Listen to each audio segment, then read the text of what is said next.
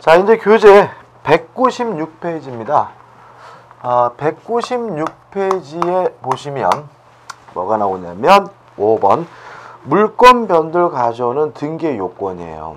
이 부분은 진짜 등기법 내용이거든요. 자세한 건 우리가 등기법 시간에 배우시는데 민법 시간에도 지문이 잘 나와요. 그래서 교재에는 민법에서 잘 나오는 지문들 위주로 정의되고요. 물론 잘 나온다는 말은 시험에 잘 나오는 거니까 어떻게 해요? 공부를 또 열심히 해야 되는 부분이기도 해요. 자, 일단 1번 등기의 유효요건에서 일반적 논의 나중에 한번 읽어보시고요. 2번 형식적 유효요건에서 1. 등기의 기재와 그 멸실의 등입니다. 두 가지를 설명드리고자 하는데 일단 첫 번째는 등기부가 멸실됐어요. 그래도 물권이 소멸되는 것은 아니다. 이것도 아주 잘 냅니다. 다시 말하면 등기소가 화재가 발생해서 등기부가 멸실됐다고 해서 토지나 건물에 관한 소유권, 물권이 뭐 되지는 않겠어요? 소멸되지는 않겠죠. 그죠? 당연한 얘기죠.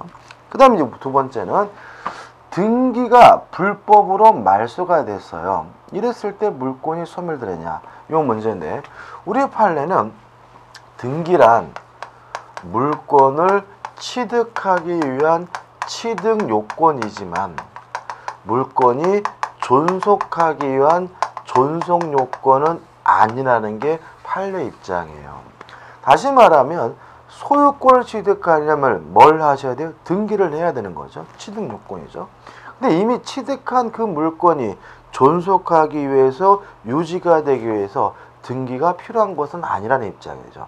따라서 등기가 불법으로 말소가 되더라도 물건이 뭐 되진 않아요? 소멸되진 않아요. 아주 잘 나와요. 자, 물건을 취득하기 위해서는 등기가 필요하지만 물건이 존속하기 위해서 등기가 필요한 것은 아니다. 따라서 등기가 불법으로 말소가 됐다 하더라도 물건이 뭐 되진 않아요? 소멸되진 않는다. 꼭 기억해 두시고요. 그 다음에 우측에 2번에서 이중 보존 등기가 나와 있죠. 이 부분은 우리가 여러분들이 등기법 시간에 진짜 자세하게 배우는데 우리 민법 시간엔 큰 틀만 배울 거예요. 일단 여러분이 생각해 볼 것은 보존 등기가 뭐냐 하면 맨 처음으로 하는 등기잖아요. 따라서 새롭게 등기부를 뭐 하게 돼요? 편제하게 되는 거거든요. 근데 이 보존 등기가 어떻게 해요? 이중으로 됐다는 말은 똑같은 부동산의 등기부가 뭐죠? 두 개란 얘기죠. 물론 이런 일들이 일어나면 안 돼요. 뭐 현대는 전산화가 되어 있기 때문에 이런 일이 발생할 리가 없는데 과거에 우리가 6.25도 거치고 막 이러다 보니까는 의외로 이렇게 한 개 부동산에 두 개의 등기부가 존재하는 이중 보존 등기가 많았습니다. 그래서 요거에 관한 판례도 많고요. 시험 문제도 잘 나오는데 결론은 이렇습니다. 이중으로 보존 등기가 되면 선보존 등기가 유효하고요. 후보존 등기가 무효입니다. 이게 결론이에요. 판례도 뭐 그 얘기입니다. 다시 말하면 등기부가 두 개예요. 딱 비교했더니 이게 먼저 만들어졌다면 먼저 만들어진 등기부는 유효하고 늦게 만들어진 등기부는 뭐죠? 무효니까 늦게 만들어진 등기부는 뭐 해버리냐면 폐쇄해버려요. 여기서 주의하실 것은 누가 진정한 소유자인지는 따지지 않는다는 거죠.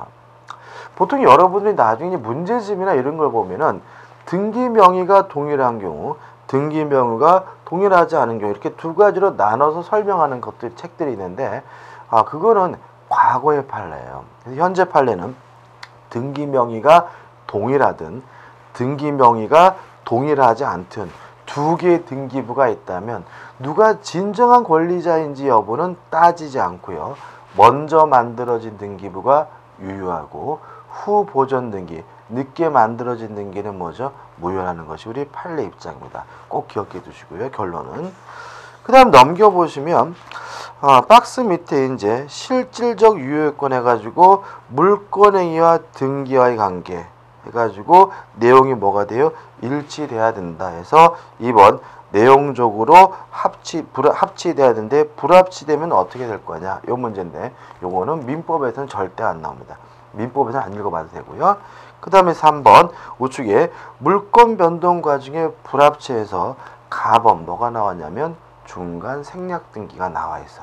이 부분은 중요합니다. 자, 중간 생략 등기는 이런 얘기입니다.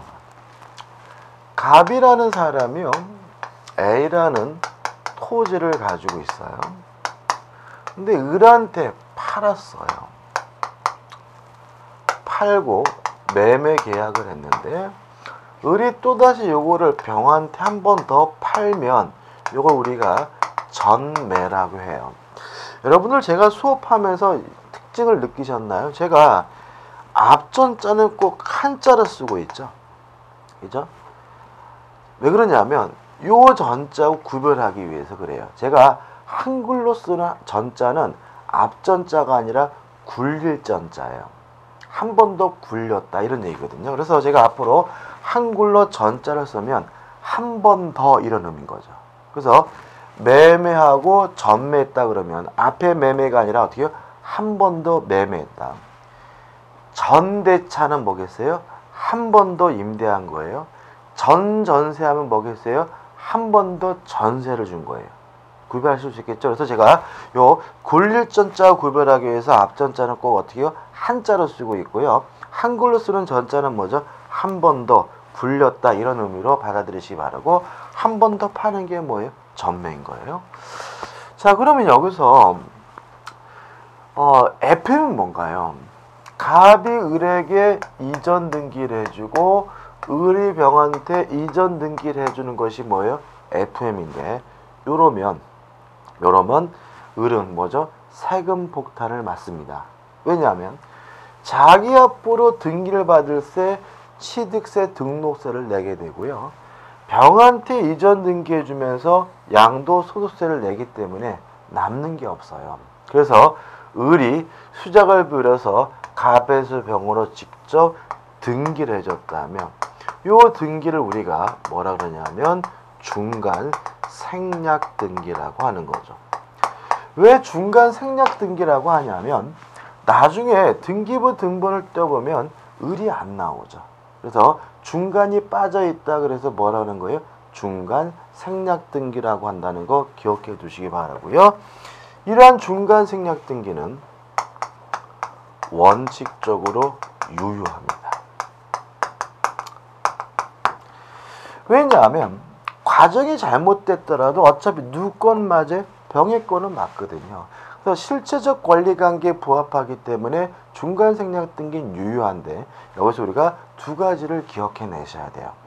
자, 우리가 전에 반사회적 법률행위를 하면서 인간 본성의 발해는 반사회적이지 않다. 세금 회피는 반사회적이지 않다라고 했죠. 기억나시죠? 자, 중간 생략 등기는 왜 한다는 거예요? 세금 안 내려고 하는 거예요. 따라서 인간 본성의 발현인 세금 회피이기 때문에 뭐 하잖아요? 반사회적이지 않고요. 또 하나 기억할 것은, 자, 우리가 강행법규 중에 단속 규정을 공부하셨죠. 자, 부동산 등기 특별조치법은 뭘 금지하고 있어요? 중간 생략 등기를 금지하고 있는데 그 규정은 효력 규정이 아니라 단속 규정이다. 따라서 나중에 걸리면 을은 처벌은 하지만 병의 등기는 뭐죠? 유효다. 기억나시죠? 그래서 두 가지예요. 그래서 반사회적이지 않다. 왜요? 세금 회피는 인간 본성의 발현이기 때문에. 또 강행법규 위반이지만 무효가 아니라 유효다. 왜요? 부동산 등기 특별조치법의 중간 생략 등기 금지 규정은 효력 규정이 아니라 뭐죠? 단속 규정이기 때문에 원칙적으로 뭐 한 거예요? 유효한 거죠. 됐으면. 자, 근데 문제는 아직 등기가 안 돼 있어요.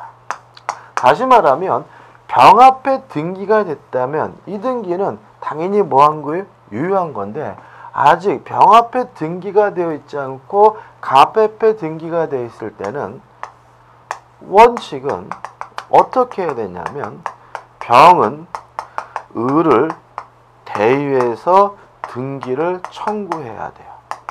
자, 보세요.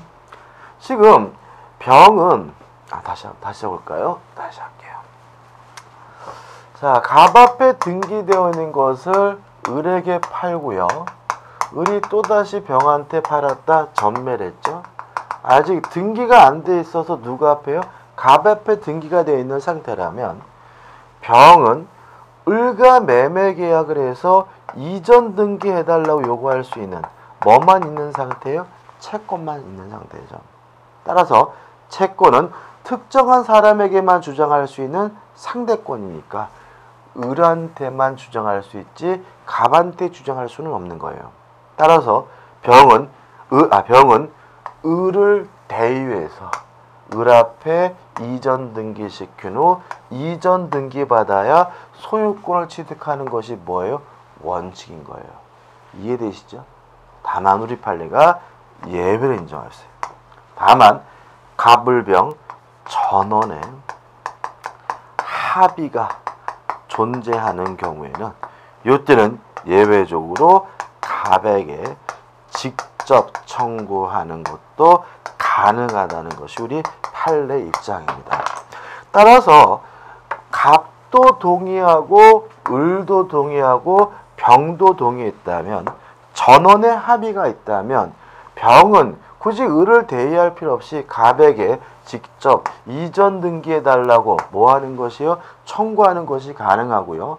잊지 말 것은 전원 중에서 갑을병 중에서 반드시 누구의 동의는 필수적이냐면 갑의 동의는 필수적이라는 거예요. 왜냐하면 중간 생략 등기를 하게 되면 세금 폭탄 받는 사람은 누구냐면 갑이거든요. 그죠? 그래서 만약에 갑이 동의하지 않으면 갑이 거부하더라도 병이 갑에게 이전 등기를 청구할 수 있다고 무조건 뭐가 돼요? X가 되고 누구의 동의는 반드시 필수적이에요? 최초의 양도인인 갑의 동의는 필수적이라는 거 잊지 마시기 바랍니다. 다 한 겁니다. 마지막으로 세 번째. 기억나실 거예요. 이러한 중간 생략 등기가 토지 거래 허가 구역 내에서 이루어졌다면 이때는 뭐가 돼요? 무효가 된다. 자, 왜 그러냐면요. 만약에 이 토지가 토지 거래 허가 구역 내라면 갑에서 병으로 중간 생략 등기가 이루어지려면은 뭘 받아야 돼요? 허가를 받아야 되잖아요. 그럼 허가를 어떻게 받겠어요? 갑과 병이 매매한 것처럼 해가지고 뭘 받을까요? 허가를 받겠죠. 근데 실제로는 갑과 병이 매매한 바는 없는 거니까 허가 자체가 뭐인 거예요? 무효인 거예요. 따라서 허가를 받았다 하더라도 그 허가 자체가 무효이기 때문에 중간 생략 등기가 토지거래 허가구역 내에 이루어지게 되면 뭐가 되죠? 무효가 되는 거예요. 이것도 전에 했었죠. 그죠? 자, 그럼 정리해 볼게요. 자, 중간 생략 등기는 원칙적으로 어떻게 해요? 유효합니다. 왜요? 반사회적이지도 않고요. 부동산 등기 특별조치법은 단속 규정이기 때문에요. 근데 만약에 아직 등기가 안 됐다면 최종 양수인인 병은 을을 대의해서 이전 등기를 청구해야 되는 것이 원칙이지만 갑을병 전원의 합의가 있다면 병이 갑에게 직접 중간 생략 등기해달라고 뭐 할 수도 있어요? 청구할 수도 있는 거고요. 마지막으로 만약에 이러한 중간 생략 등기가 만약에 토지거래 허가구역 내에 이루어졌다면 그때는 뭐가 돼요? 무효가 된다는 것까지 꼭 기억해 두시기 바랍니다. 이 정도만 정리하시면 돼요. 교재 내용도 한번 읽어보시기 바라고요. 그 다음에 이제 하단에 나번 실제 다른 원인에 의한 등기도 실제적 권리관계에 부합하다면 유효하고요. 넘겨보시면 다번 무효 등기 유형인데 일단 이거는 잘 나오는 부분은 아닌데 결론만 좀 기억할까요? 자, 유형이라는 말은요. 재활용, 다시 쓴다는 거예요. 자, 무효인 등기를 또 쓸 수 있느냐? 이 문제에 대해서 우리 판례는 무효인 등기를 유용하는 것이 가능해요. 특히 권리에 관한 등기에 대해서요. 다만 사실에 관한 등기, 표제부에 관한 사항에 대해서는 무효 등기를 유용할 수 없다는 거 꼭 기억해 두시기 바라고요. 하단에 4번 부동산 등기 특별조치법에 의한 규제는 뭐 읽어볼 필요도 없는 부분입니다. 그 다음에 4번 등기를 갖추지 않은 부동산 매수인의 법적주의가 나와있죠. 이것도 좀 중요합니다. 자, 또 생각을 해보죠. 생각을.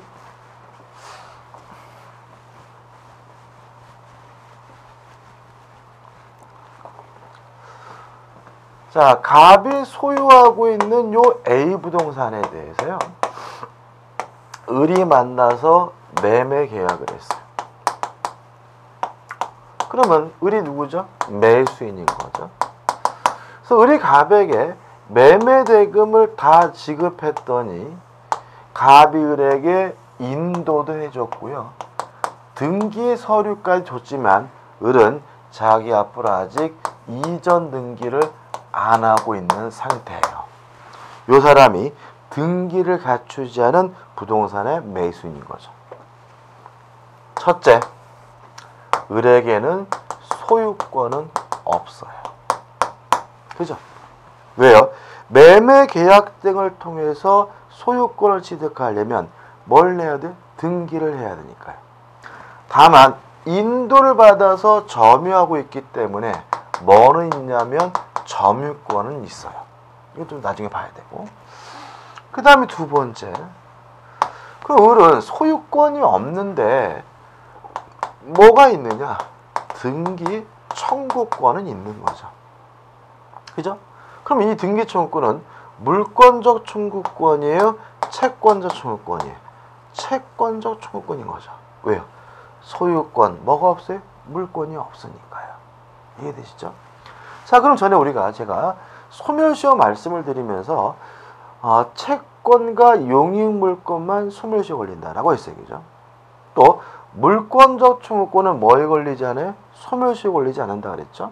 그러면 만약에 을의 등기 청구권이 물권적 청구권이라면 소멸시효 걸리지 않겠지만 이 등기 청구권은 채권적 청구권이기 때문에 뭐에 걸려야 돼요? 소멸시효에 걸려야 돼요. 따라서 원칙적으로 10년 동안 행사하지 않고 방치하면 을의 등기 청구권은 채권적 청구권이기 때문에 소멸시효에 걸려야 돼요. 다만 우리 판례가 예외를 인정하고 있어요.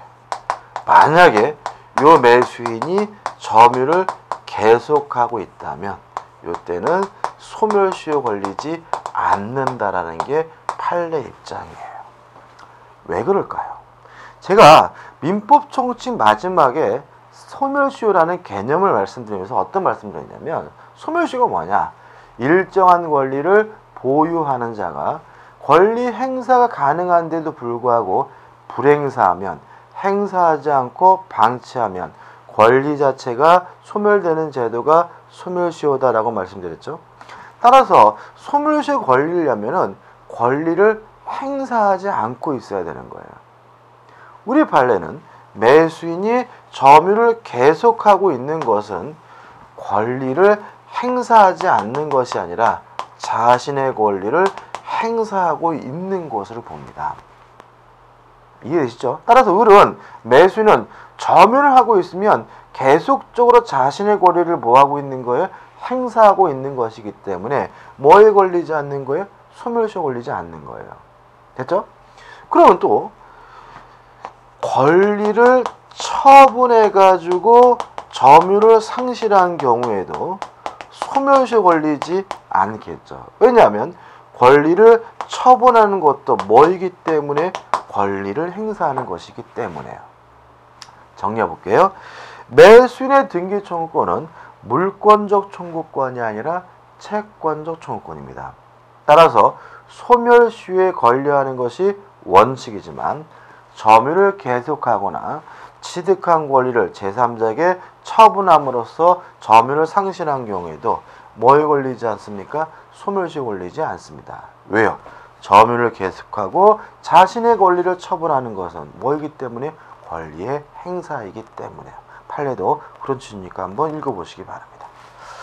그 다음 이제 우측 하단에 보시면 이제 뭐가 나오죠? 동산 물권의 변동이 나옵니다. 개설 보시기 바라고 넘겨보시면 권리자로부터의 취득이 나와요.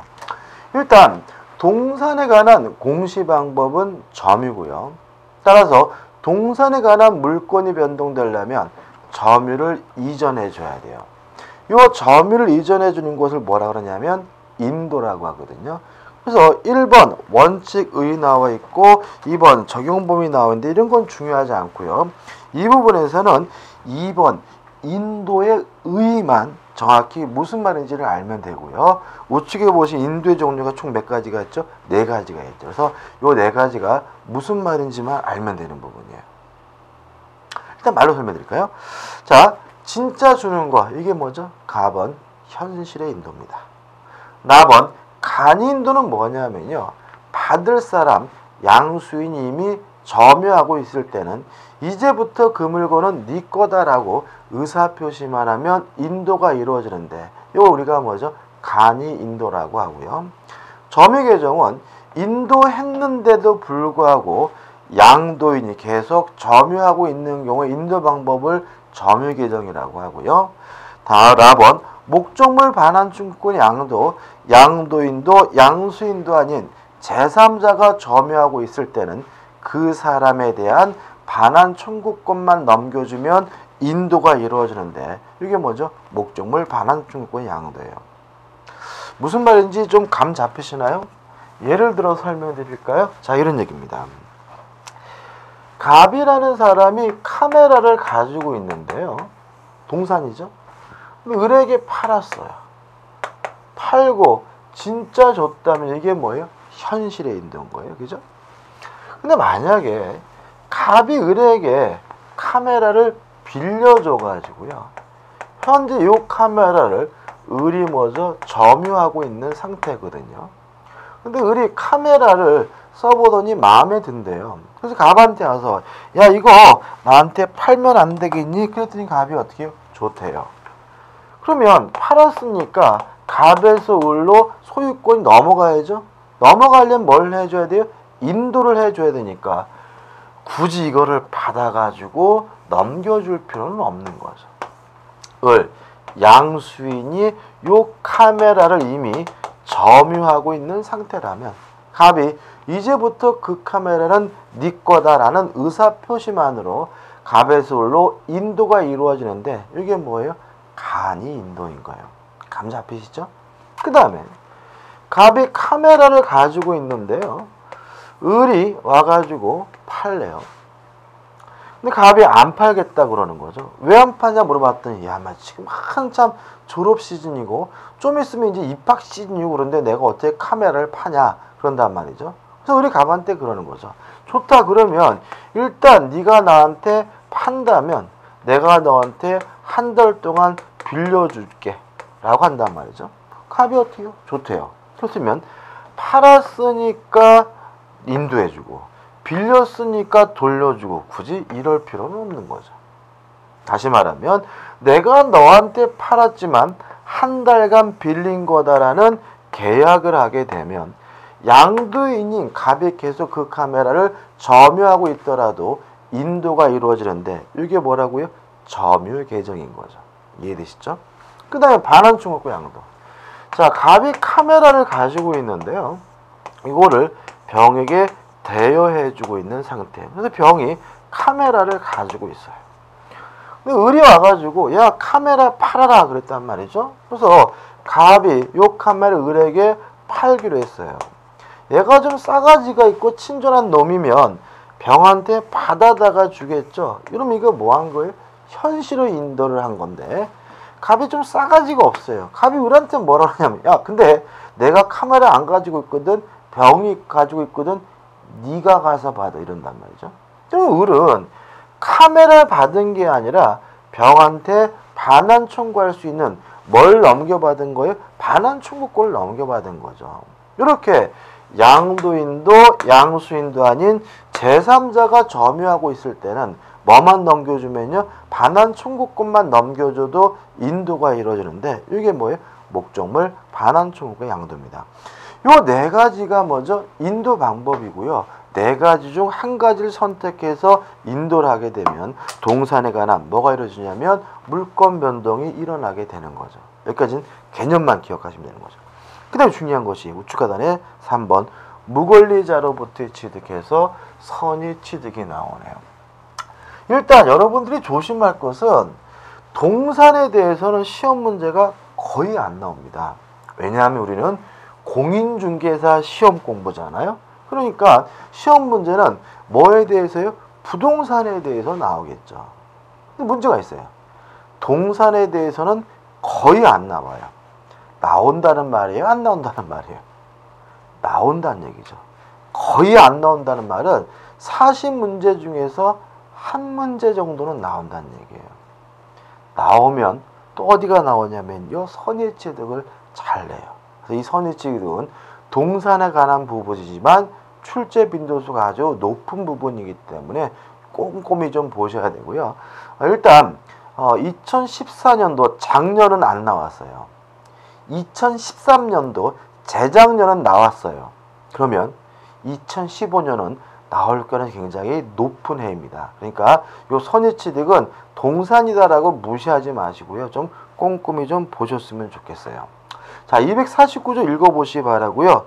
의 한번 보시고 넘겨보시면 인정 이유가 나와 있고 민법 규정이 나와 있어요. 그죠? 여기까지 이제 말씀드리면, 자, 일단 우리는 부동산 등기에 대해서는 공신의 원칙을 인정하지 않아요. 따라서 등기부를 믿고 거래한 사람은 보호받지 못합니다. 이에 반해서 동산에 대해서는 점유에 대해서 공신의 원칙을 인정하고 있는데, 이걸 우리가 뭐죠? 선의취득인 거예요. 따라서 선의취득은 동산에 대한 공신의 원칙을 말하는 거예요.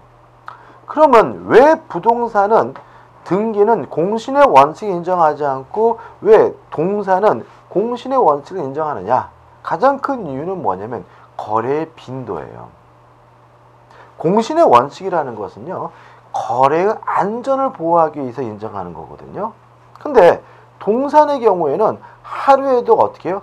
수천, 수만 개의 거래가 이루어지기 때문에 거래의 안전 보호가 필수적인 거예요. 그래서 뭘 인정하냐면 선의취득, 공신의 원칙을 인정하는 거예요.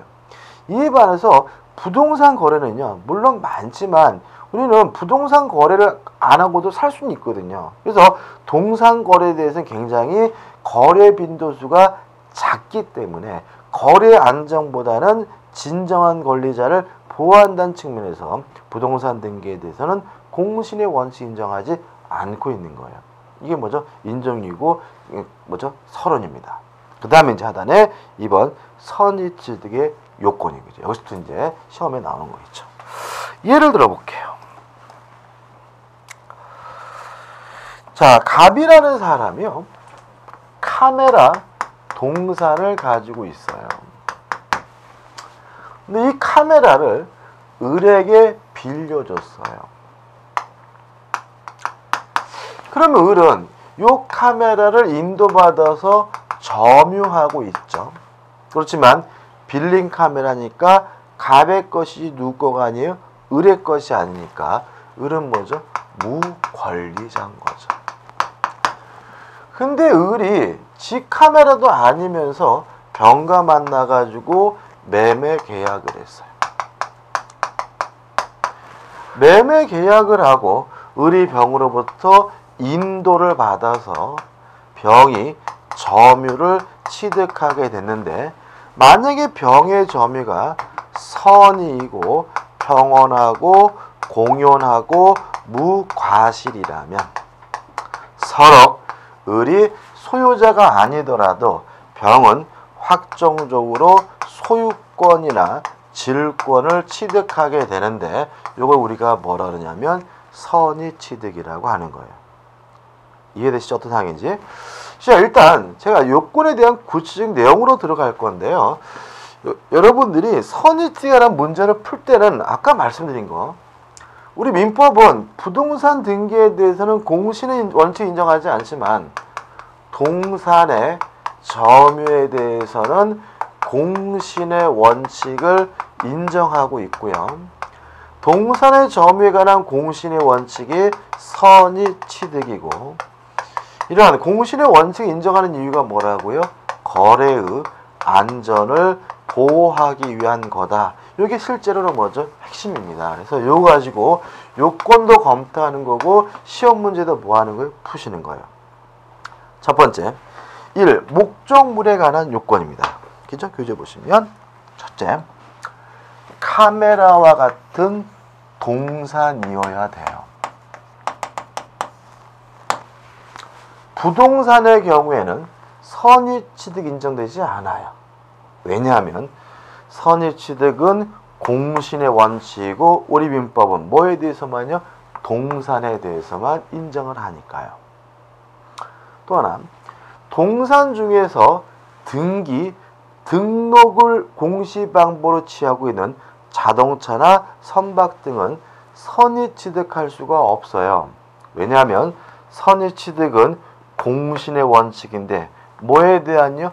동산의 점유에 관한 뭐죠? 공신의 원칙이기 때문에요. 이해되시죠? 그럼 그 잠깐 볼게요. 자, 하나는 가번입니다. 등기 등록으로 공시되는 동산 선의취득할 수가 없어요. 그 다음 우측에 나번입니다. 금전은 좀 얘기가 다른데 금전은요 선의취득의 대상이 아니에요. 왜냐하면 있는 곳에 소유권도 있거든요. 다시 말하면 을이 갑한테 카메라를 빌렸다면 그 카메라는 을의 것이 아니라 누구 거예요? 갑의 것이니까 뭐의 대상이에요? 선의취득의 대상인데 을이 갑한테 현금을 빌렸다면 그 현금은 을의 것인 거예요. 빌렸다 하더라도. 따라서 그 현금을 가지고 우리 딱지치기라든 술을 먹든 도박을 하든 누구 마음인 거예요? 을 마음인 거니까 금전은 굳이 병이 선의 무과실 필요도 없는 거고요. 선의취득 대상이 아닌 거예요. 답은 수목의 집단, 입도는 뭐냐면요. 서 있는 벼예요. 서 있는 벼.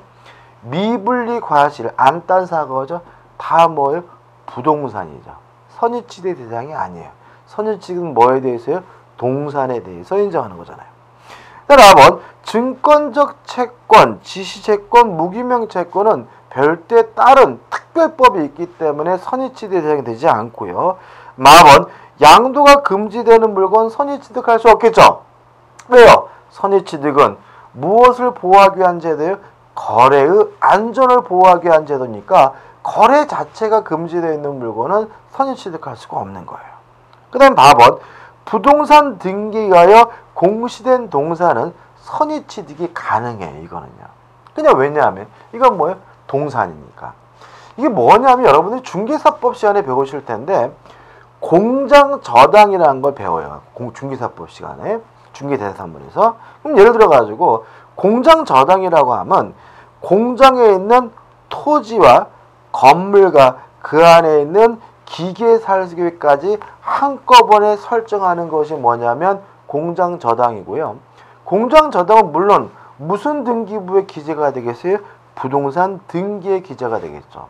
그러면 공장저당이 설정된 그 공장 안에 있는 기계들은 부동산 등기가여 공시된 뭐가 되는 거예요? 동산이 되는 거고요. 당연히 반출되면 뭐의 대상이 될 수 있어요? 선의취득 대상이 될 수 있어요. 그 다음 이제 2번 양도인에 관한 요건이죠. 자, 을은 반드시 뭐하고 있어야 되냐면 점유하고 있어야 되고요. 무권리해져야 되겠죠. 이게 전부예요. 항상 잘 나오는 것은 이 사람의 점유는 직접 점유든 간접 점유든 점유만 하고 있으면 된다. 요거는 일단 기억해 두시고 간접 점유가 뭔지에 대해서 우리가 뒤에서 점유권 할 때 볼 거예요. 그래서 양도인이 목적물을 점유하고 양도인이 뭐 해야 돼요? 무권리자야 돼요. 그 다음 넘기셔가지고 3번 양수인에 관한 요건에서 병이죠. 병은 선의이고 평온하고 공연하고 무과시해야 되거든요. 여기서 주의하실 것은 요 세 가지에 대해서는 점유자가 추정을 받기 때문에 스스로 입증할 필요는 없는데 무과실에 대해서는 추정을 받지 않으므로 스스로 뭘 해야 되냐면 입증을 해야 돼요. 이것도 언제 할 거냐면 점유에서 할 거예요. 그 다음에 4번 양수인이 점유를 취득해야 되는데 점유를 취득하기 위해서 병은 을로부터 뭘 받아야 되냐면 인도를 받아야 돼요. 근데 인도 방법이 총 4가지겠잖아요. 현실의 인도, 간이 인도, 점유계정, 목적물 반환 청구권 양도죠. 요 4가지 중 점유계정은 안 돼요. 다시 말하면 점유계정을 통해서 인도를 받은 사람은 뭐 할 수 없어요? 선의취득할 수가 없어요. 왜 그러냐면요. 점유계정이 뭐예요? 인도했는데도 불구하고 양도인이 계속 점유하는 것이 뭐예요? 점유계정이잖아요. 그럼 만약에 점유계정을 통해서도 선의취득이 가능하다면 의뢰병한테 팔아먹고 점유하고 또 정한테 팔아먹고 점유하고 무한테 팔아먹고 점유하고, 다시 말하면 요 카메라에 대해서 소유권을 취득하는 사람이 여러 사람이 생겨버린다는 거예요. 이러면 안 돼요. 일권주의에 따라서 한 개의 물건에는 뭐가 있어야 돼요? 한 개의 소유권만 있어야 되는 거거든요. 따라서 점유계정만은 안 돼요. 따라 나머지 현실의 인도뿐만 아니라 간이인도, 반환청구권의 양도로서 인도받은 경우에도 뭐는 가능해요? 선의취득 가능하다는 거 기억해 두시기 바라고요. 하단에 거래 행위가 있어야 돼요. 다시 말하면 을에서 병을 넘어올 때 매매와 같은 뭐가 있어야 돼요? 거래가 있어야 돼요. 왜요? 선의취득은 공신의 원칙이고 무엇을 보호하기 위한 제도예요? 거래의 안전을 보호하기 위한 제도니까요. 따라서 을에서 병으로 상속을 통해서 넘어왔다면 병은 선의취득하지 못하는 거예요. 왜요? 상속은 뭐가 아니에요? 거래가 아니니까. 만약에 상속으로 선의취득이 가능하다면요, 죽기 전에 얼마나 바꾸겠어요, 그죠? 뭐 친구한테 이빨 빌려다가 아들 몰래 숨겨놓으면 아들 거가 다 된다는데 죽기 전에 뭔 짓을 못 하겠어요, 그죠? 그래서 거래가 필요하다. 상속 같은 건 안 되고요. 두 번째, 그러면 을이 갑한테 빌린 카메라를 병한테 증여했을 때 병이 선의취득할 수 있을까요? 가능하다는 거죠. 자, 왜냐하면 거래이기만 하면 돼요. 유상인 거래가 아니에요. 따라서 매매와 같은 유상거래든 증여와 같은 무상거래든 뭐가 존재한다면요? 거래가 존재한다면 그것만으로도 뭐 할 수 있는 거예요? 선의취득할 수가 있는 거예요. 꼭 기억해 두셔야죠. 그 다음 우측에 이제 낙원에서 거래 행위가 뭐 해야 돼요? 유효해야 돼요. 자, 왜 그럴까요? 선의취득은 공신의 원칙이고 거래의 안전을 보호하기 위한 제도잖아요.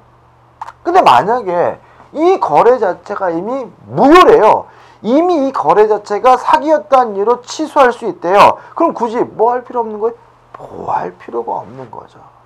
따라서 거래의 안전을 보호하는 제도니까 그 거래 자체가 보호할 만한 가치가 있는 완벽하고 흠없는 뭐여야 돼요?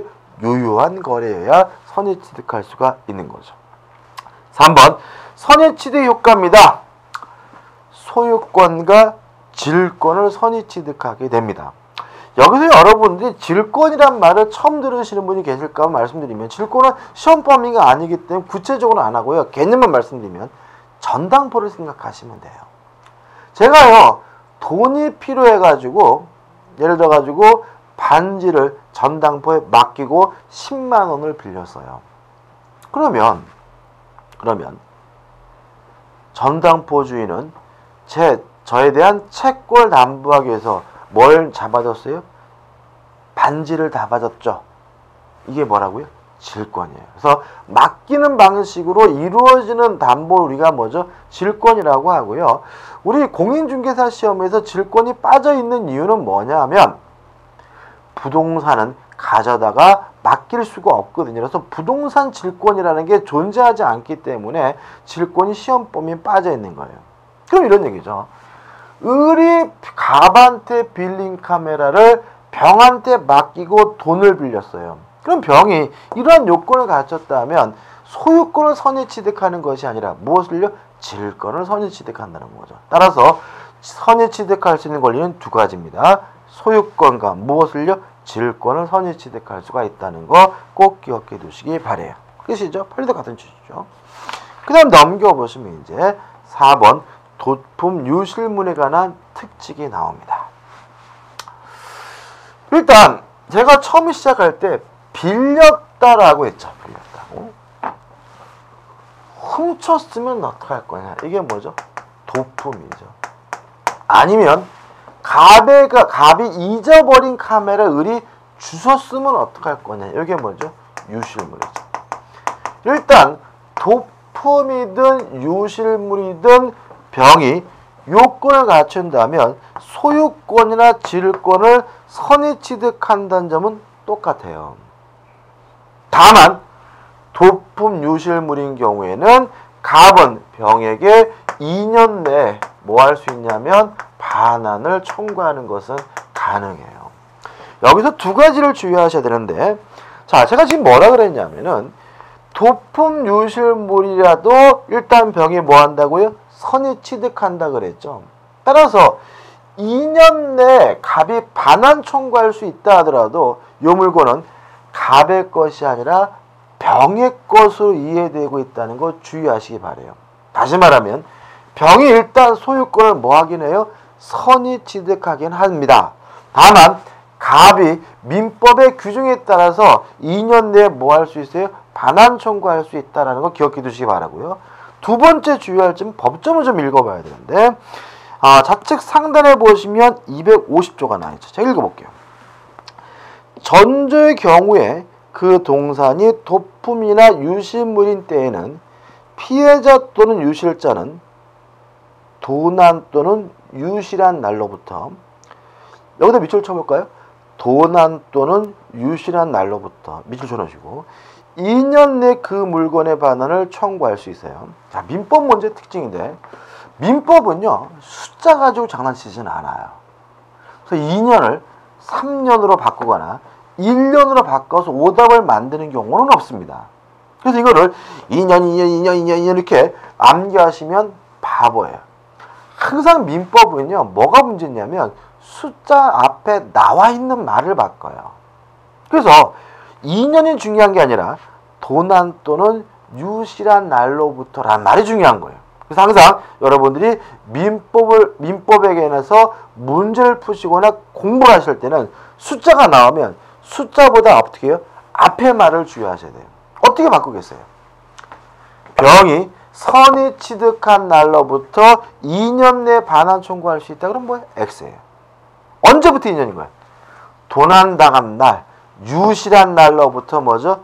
2년 내인 거예요. 요거 항상 숫자는 뭐죠? 숫자가 중요한 것이 아니라 뭐죠? 숫자 앞에 붙어있는 말이 중요하다는 거 잊지 마시기 바랍니다. 끝이에요. 그 다음 251조는 뭐냐면은 원래는 병한테 반환을 청구할 때 갑이 병한테 대가를 변상할 필요는 없어요. 근데 만약에 병이 그 물건을 구입할 것이 좀 믿을 만한 곳이었어요.